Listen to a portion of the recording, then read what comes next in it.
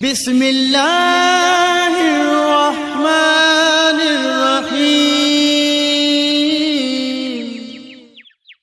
کربلا میں دشمن کا لشکر اکٹھا ہونے کے بعد حبیب بن مظاہر اسدی امام علیہ السلام کے مختصر سے لشکر کے پیش نظر امام علیہ السلام کی اجازت سے بھیس بدل کر قبیلہ بنی اسد پہنچے اور ان سے بنت رسول صلی اللہ علیہ وآلہ وسلم کے لیے مدد کی درخواست کی۔ بنی اسد رات کے وقت خیام امام علیہ السلام کی جانب رواں دواں تھے کہ عمر ابن سعد نے ازرق بن حرب کی سرکردگی میں 400 یا 500 سواروں کا ایک دستہ بھیج کر فرات کے کنارے ان کا راستہ روکا۔ بات جھڑپ شروع ہونے تک پہنچی اور بنی اسد جہاں سے آئے تھے وہیں لوٹ کر چلے گئے، چنانچہ حبیب ابن مظاہر اکیلے واپس آ گئے۔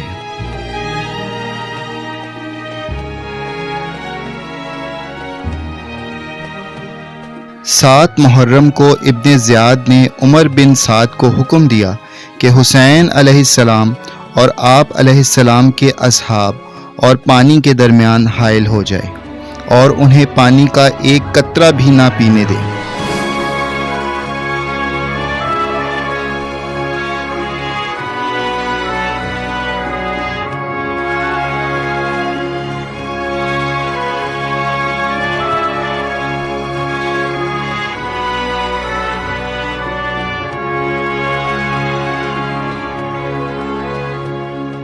خط ملتے ہی ابن سعد نے عمر بن حجاج کو 500 سوار دے کر فرات کے کنارے پر تعینات کیا اور حکم دیا کہ امام حسین علیہ السلام اور اصحاب حسین علیہ السلام کو پانی تک نہ پہنچنے دے۔ اس گرم صحرا میں پیاس کو برداشت کرنا وہ بھی عورتوں اور بچوں کے لیے بڑا ہی مشکل تھا۔ اس دوران پانی کے حصول کی مختلف کوششوں کا تذکرہ ملتا ہے۔ بعض کتب مقاتل میں ہے کہ امام حسین علیہ السلام نے اپنے لشکر کی حدود کے اندر پانی کے حصول کے لیے کئی کنویں کھودے، لیکن اس کی خبر جب ابن زیاد کو ملی تو اس نے ابن سعد کو مزید سختی کرنے اور کنویں کھودنے پر پابندی لگانے کا حکم بھیجا۔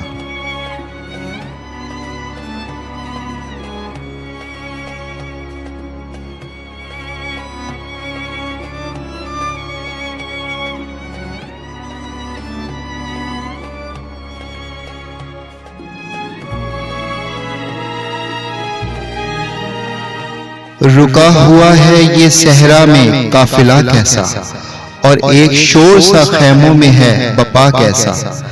اسیر کس نے کیا موج موج پانی کو، کنارے آب ہے پہرا لگا ہوا کیسا۔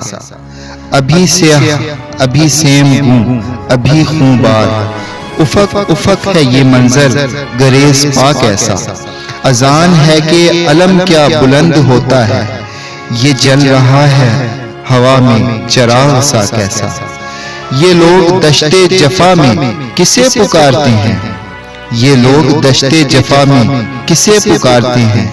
یہ باز گشت سناتی ہے مرثیہ کیسا، گلوے خشک میں سوکھی پڑی ہے پیاس کی نہر، گلوے خشک میں سوکھی پڑی ہے پیاس کی نہر، خبر نہیں کہ ہے پانی کا ذائقہ کیسا۔